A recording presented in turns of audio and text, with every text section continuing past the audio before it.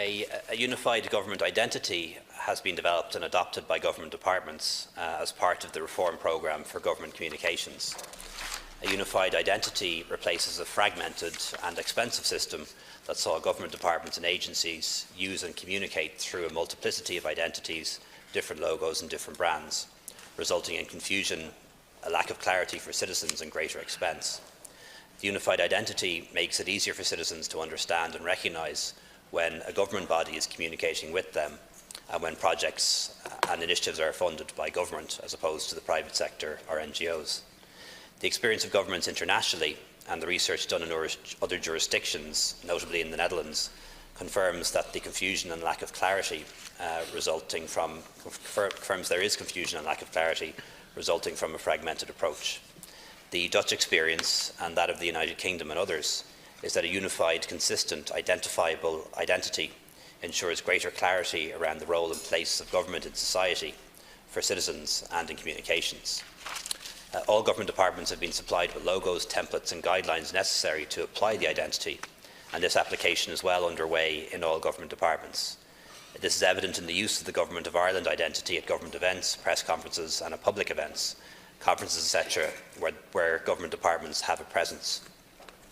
The unified identity has also been applied at departmental level, from departmental logos through a consistent approach to the design of communication campaigns, reports, online activity, and identifying all government communication campaigns as being very clearly initiatives of the Government of Ireland.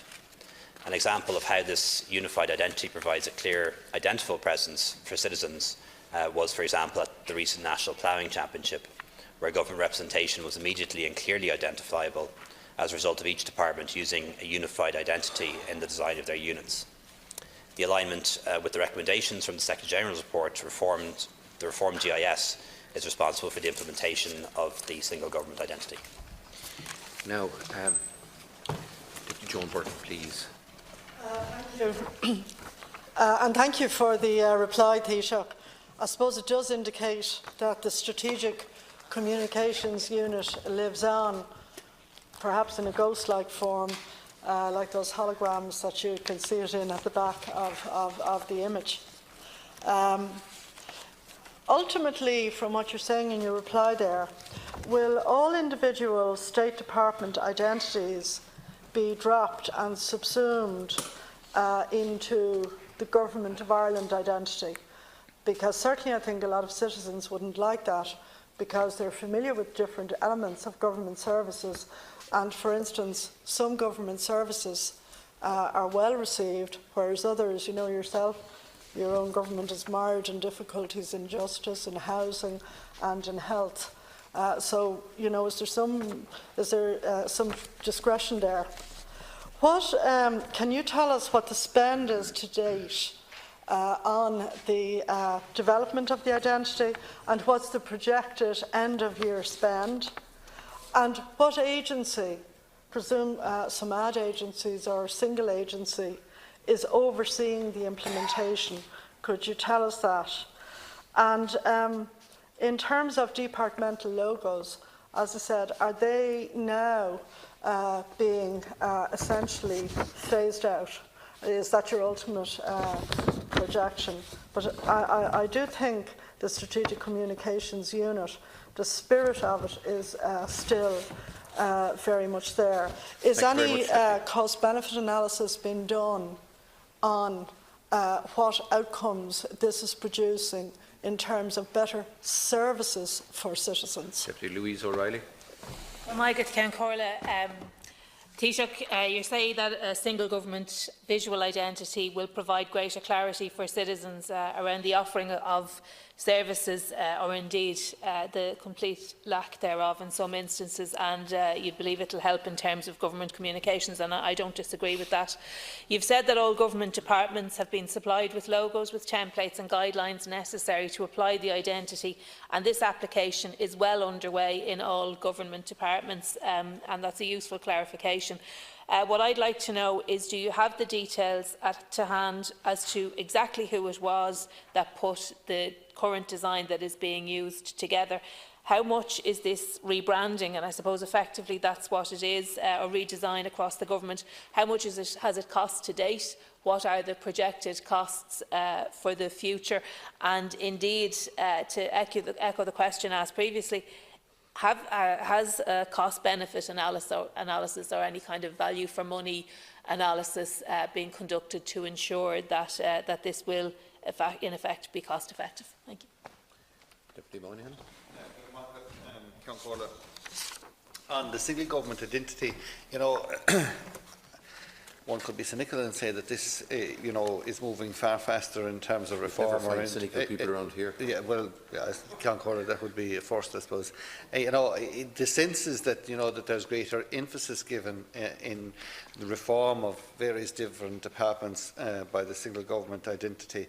I suppose the issue I'd have is, what I see is, the statements that are being made in relation to single government identity, getting the public, getting the citizen, greater participation in the services or greater information in relation to government services.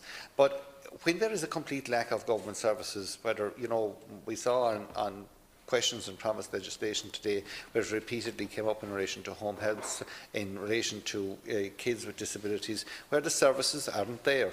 And I think that, in my humble opinion, that if there are greater services available from the state, the public are very discerning and the public will find those services very fast.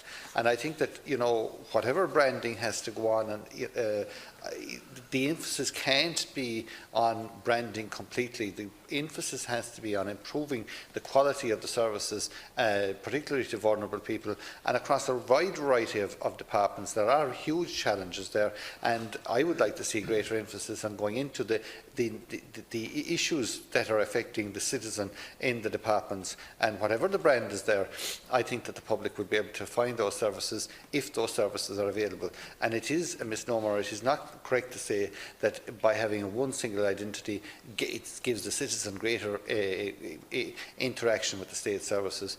If the state services are there, no matter what brand you have, you won't get them involved in it. Taoiseach. Thanks very much. Well, just to pick up on the last comment, I couldn't agree more. Good communications is no substitute for good services, nor is it a substitute for good infrastructure. But good communication can help to provide a good service and make sure that people know where to find it. The different identities will continue to exist. Nobody's suggesting for a second that the Garda Síochána would cease to be the Garda Síochána. And we know, for example, from your own leadership in reforming the Department of Social Protection, that the intro brand is one that is quite strong. I can absolutely assure you that that's the case. I appreciate there's suspicion to the point of paranoia around this, but I can absolutely assure you that not only will the Gardaí still be the Gardaí, the Navy still be the Navy, even intro will still be intro. But it does mean that government departments in particular will adopt a common and unified brand, and it's a harp, basically, and it doesn't make an awful lot of sense that government departments, which are essentially just branches of the departments of the government, should all have the same logo. I don't think if you went to a major enterprise or a major company, that every single department and division of that company or service would have its own website and its own logo and its own everything. So it's one government, and that's what we want to have, is joined up government, both in terms of policy, delivery and communications. And over time, it stands to reason that doing that would save money. We want to give people clarity around communications, people to know what's coming from government and what's not. And I know there's a lot of debate in this House around online advertising and information campaigns, and how often the source of that information or the people behind those campaigns can be covert. This is the actual opposite of that. It's making sure that people know that if there is information being put out there, if there is a communication campaign, that it does come from the Government of Ireland, and that it's not obscured by an entity that they haven't heard of, and they're not sure as to whether that entity is a government body or a private enterprise or an NGO, for example. In terms of the cost, the unified government identity cost, the cost incurred so far is €47,000 ex VAT.